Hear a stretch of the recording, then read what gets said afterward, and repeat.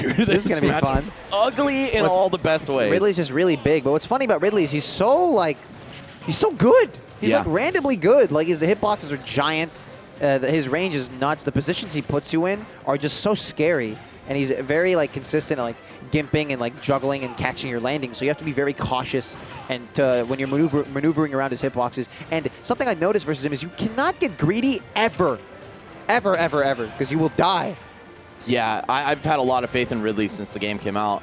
Played him a lot myself as well. I think this character's definitely got something good going for him. Particularly against sword characters. He does outrange them, and that's kind of what they thrive on against the rest of the cast, right? So we're going to see Spectre's game plan perhaps flipped on its head here. The edge guards are also brutal against Chrom. Yes. Yep. Very good stuff coming out from Creepooba, yeah, right? I don't know what's up with that tag, bro. I'm trying, man. How about Ridley Master 420 or something? There's a Dragoomba so I just like confused. And there's also Cree from MDVA, the villager.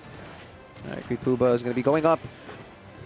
That first stock, playing very safe around Spectre's range. Yo, he went for that side B like he was Roy, and it was about to kill. All right. Oh, wow, what a landing shield. That was crazy. He's like, I know you're going to try to hit me out of this.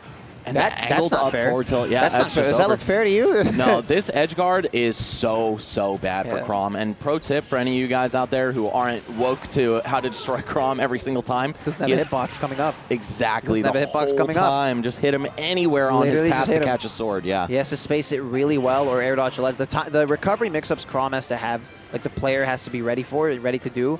It's just so crazy. If a Chrom is consistently living off stage, that's honestly like a huge testament to how like well they can control the character. Oh, and putting his tail right in the danger zone. See, it is a little tricky because if you mess up, you could like die. Dragged off the stage and die. Yeah. Okay, isn't able to get the bear. He's gonna live there. Backward up B, very smart. Standing, yep, I agree how far he's standing from the ledge there. He's positioning himself very safely at the ledge, recognizing that Ridley's reversal game off the ledge with his like command grab and his big aerials are just not worth challenging sometimes. And that's just going to be it right there. He's going to use the neutral B to gimp him. Yeah, the up B from Ridley sticks really far through the stage. You've got like 2 jumps to plank with. You can re-grab its side. You have a lot of options and a very low ledge hang too. The low ledge hang is just so crazy. The up B can hit.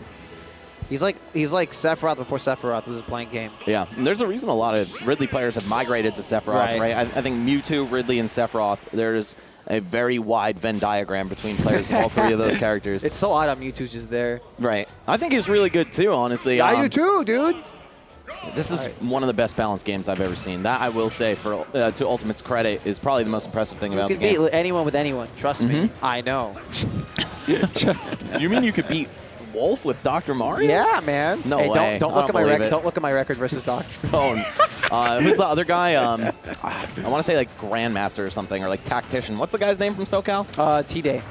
No, there's another one. It's the something. The Strategist? Strategist. There you go. You remember Strategist? I lost him in Smash 4, bro. I almost ended it all, bro. All right, here we go. We're in Game 2. Yoshi's story. It's going to be Creepooba and Spectre still, of course, best of 3 set, but it's looking really good for Creepooba, man. Yeah, looking great. But Spectre's starting to space himself around the hitboxes a little bit better, starting to recognize that jumping in Ridley's range is a little bit riskier. Oh, the side B mix up, not quite as potent for Chrom and Roy as it is for Marth and Lucina, but still fake as hell, and you can blow it up. Fake as hell. Hey, unless they jab lock you with it. But he's able to get that bear air to air there to take the stock. I believe Spectre missed the DI there just because he probably didn't think he'd get hit by it. Didn't look like bad DI, looked like no DI, which I guess counts as bad DI, but at least it's not directly contradictory to how you're supposed to DI. Yeah, Creepooba's been making a lot of damage happen off of down throw to back air. So props to him for... That'll be it.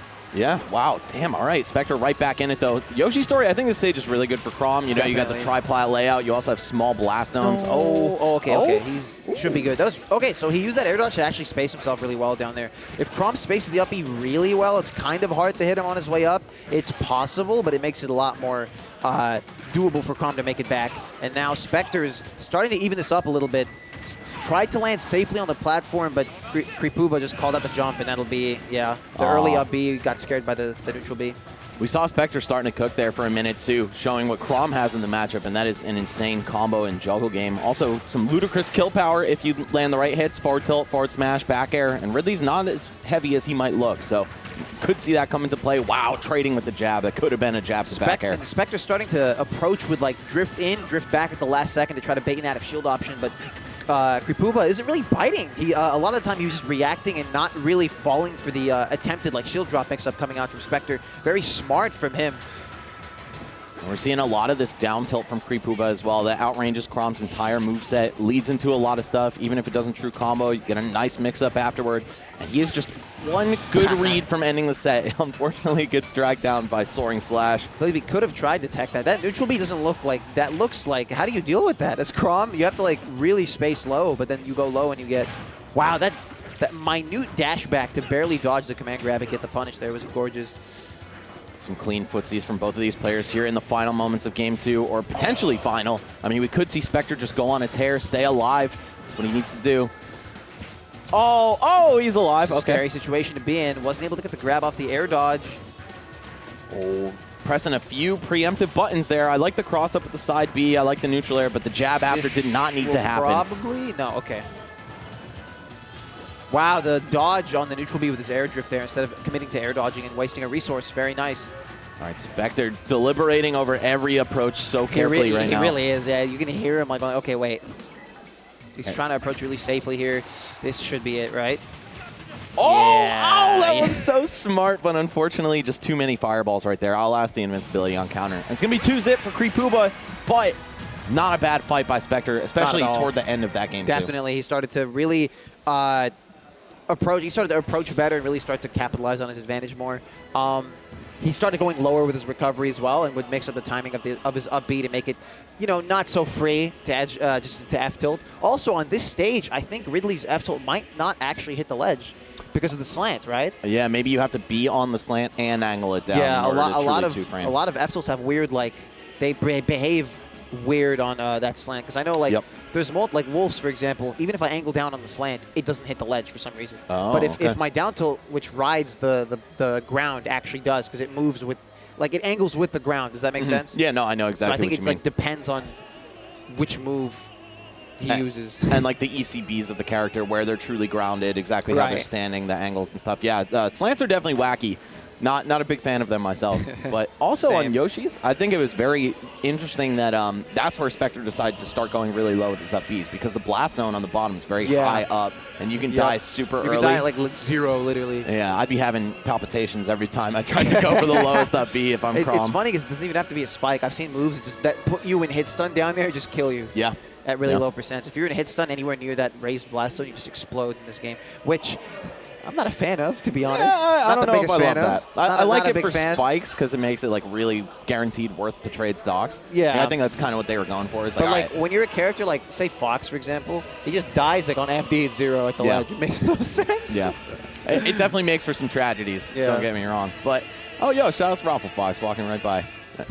All right, man, I haven't seen so many of these faces in a long time, even though like Summit and Riptide. Were you at Riptide? I wasn't. Oh, okay.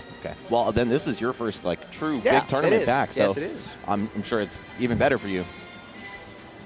If, you know, let's just pretend you didn't play yet. Right? Yeah. Yeah, guys, when you schedule top players to be on commentary, do it before their pool. No, it's funny. I asked them to do it after my pool, just so I can get like the play out of the way and then commentate. I don't mind. Like I'm fine. I know. Dude,